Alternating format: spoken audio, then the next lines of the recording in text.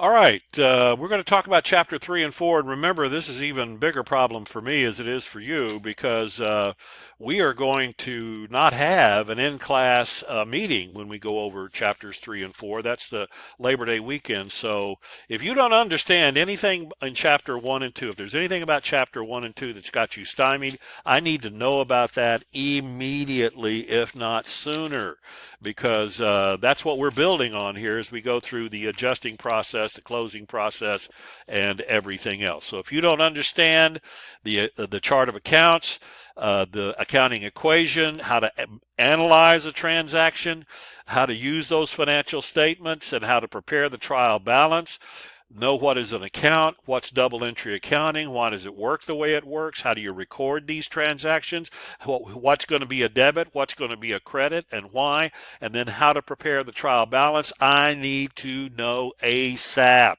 Either text me, call me, write me an email, do something, but somehow let me know that you're having trouble because you cannot get behind in this course. All right, we're going to start by talking about the adjusting process in chapter 3. GAAP is, which is what we use in the U.S., generally accepted accounting principles, is more rule-based, whereas the IFRS, the International Financial Reporting Standards, is international, and it's a little bit more principles-based. Good thing about GAAP, though, is that everybody in the U.S. uses it. IFRS can mean different things to different people. IFRS in India is not the same as IFRS in Switzerland. So they each have their benefits, they each have their drawbacks. But let's get started on accruals and deferrals because that's what the adjusting process is all about. Cash versus accrual accounting. In chapter 2, we were pretty much doing cash accounting. Cash had to be exchanged. They record only those transactions that involve cash. So in my career as a CFO at the National Center for Policy Analysis and the treasurer of the Benjamin Rush Institute, I have used, both are nonprofits, I have used mostly cash accounting with a knowledge of accrual accounting, but we use cash through the year in QuickBooks and some of these other softwares. And then at the end of the year, we transfer those or translate those on an accrual basis to file our IRS forms and things like that. Basically, in accrual accounting, revenue is recorded, we say recognized, only when it's earned, and expenses are recorded or recognized only when they are incurred. And we'll talk about what those two mean. They're very important. But there's some concepts that you need to understand that will explain the difference between cash and accrual accounting. One is the revenue recognition principle.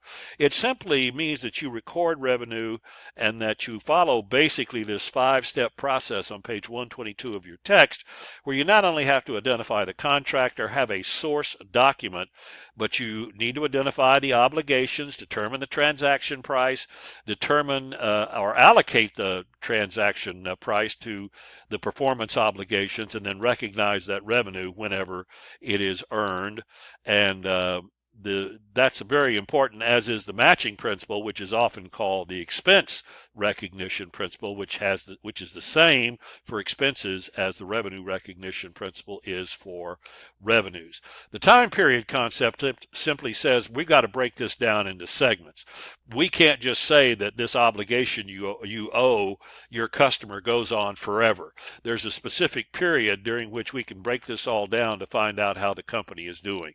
That time period concept is an extremely important concept, as are the other two.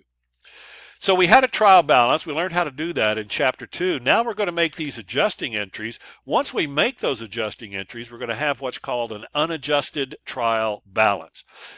That is, we have to adjust these entries to reflect the impact of accruals and deferrals.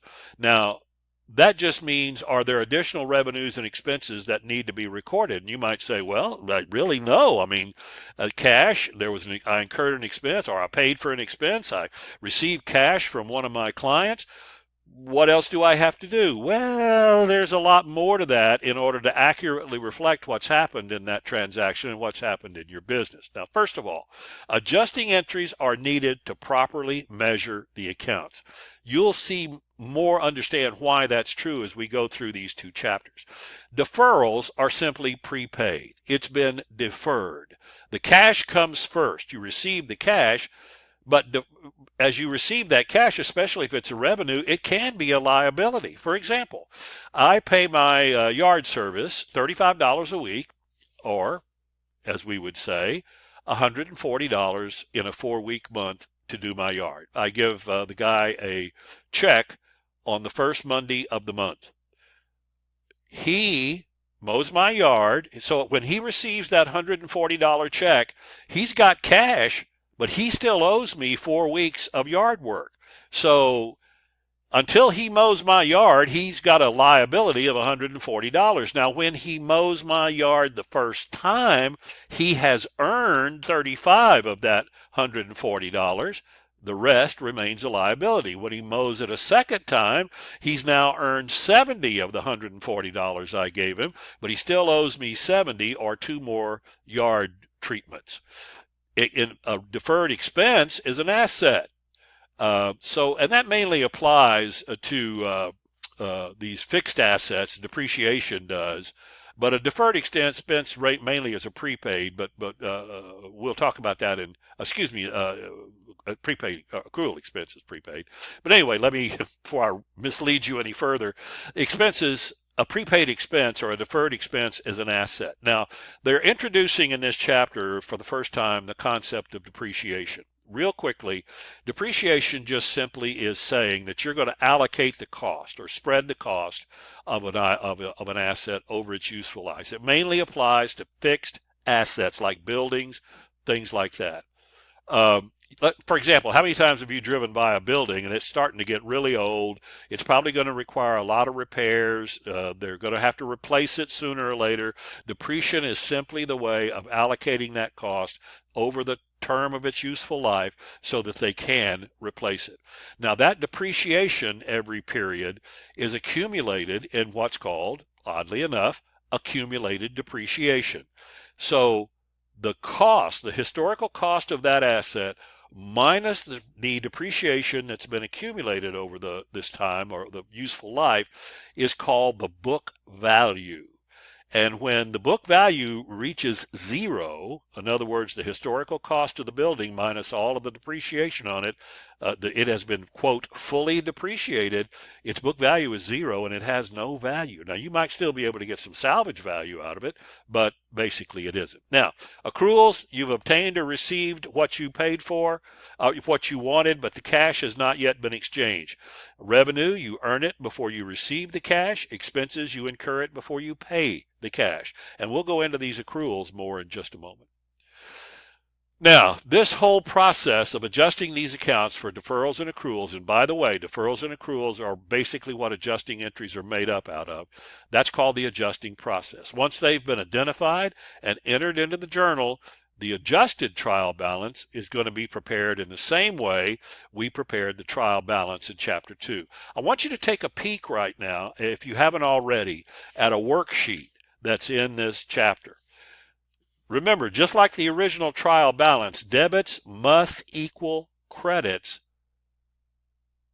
but also you have to track that adjusting process. So the worksheet is going to is very important to your analysis, and it's going to be even more important as you continue your study of accounting, especially in preparing financial statements. Every row of a worksheet, if you look at it, when you record these transactions, you go through your transaction analysis, every row of that worksheet is a journal entry. Every column is a ledger post or a T account. Now, you're not going to be responsible for Chapter 3's appendix, but we are going to discuss it just a little bit because I want you to know what it is and because you're going to run into it later when you go to intermediate accounting. Now, let's talk about now that we know how to do that adjusted trial balance, and you do know, don't you? We're going to talk about the worksheet. Again, every row a journal entry, every column a ledger post. It flows through from trial balance to adjusted trial balance right through the adjusted process, and those are the steps. Unadjusted trial balance, adjusting entries, and then we get all the way to the adjusted trial balance.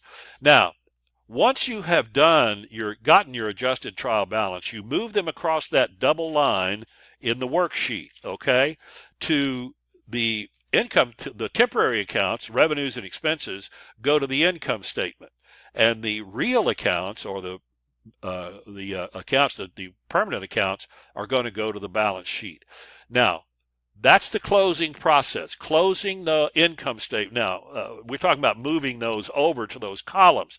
But as you go through the income statement column, you're going to have to, through this income summary that they talk about here in your text, you have to close that to the balance sheet, to the retained earnings part of equity, stockholders' equity on the balance sheet. That's called the closing process. If you notice on page 145, they've made all their adjustments, and they got the adjusted trial balance. So you want to make sure you have the account names correct, you have the adjustments correct, and you have the adjusted trial balance correct. And then everywhere along the line, debits equal credits, okay? Now, moving just a little bit further on in Chapter 4, because we've kind of gone through most of what we need to go through here. And Chapter 3 and 4 are rather short chapters, but oh my gosh, are they, they couldn't be more important. And that's why I'm really kind of bummed that we're not going to have a whole class period to devote to that. But anyway, now if you'll look at page 192, you'll see that they have closed your unadjusted trial balance. Everything matches. The income statement, when you move all those accounts over, though, you notice that there is an $8,550 difference between the debits and the credits. And so that $8,550 difference is net income. Were that in the credit column, it would be a net loss. Anyway, that net income is then closed to what is called the income summary, which is then closes it to the retained earnings section of the balance sheet. So, closing entries transfer all of the income statement accounts to the retained earnings account on the balance sheet. Revenues and expenses are closed to the income summary. That's steps 1 and 2 in your text, which are then closed, step 3, to the retained earnings. T accounts are helpful in doing this. And if any dividends are declared, they too are closed, step 4, to retained earnings. And we'll talk more about that later. But the post-closing trial balance is a list of the balance sheet accounts after the closing process is complete. The current ratio, just like the debt ratio, current ratio is total current assets divided by total current liabilities, and it measures the ability of a company to pay its current liabilities. Please, please, please read your text. Do the SQR3. Make sure you understand it. Work the quick checks. Work the try-its. Work the check your understanding exercises. Those quick checks of the check your understanding are invaluable because they give you the opportunity to work the problem and see what you did wrong. Failure in accounting before the test is your friend.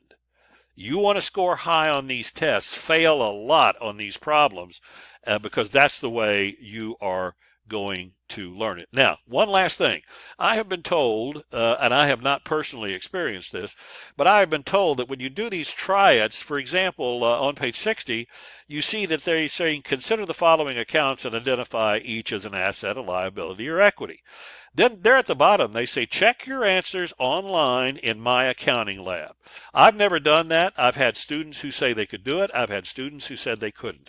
So you let me know what your experience is, and I'll try to get you more information during the week to explain this. In the meantime, I would encourage you to go online through your browser, Google, Yahoo, whichever one you use, and try to look up some of these concepts if you're having trouble understanding them. And of course, you can always, and I recommend you do so, you can always text me, call me, or send me an email. I'll do whatever I can to help you.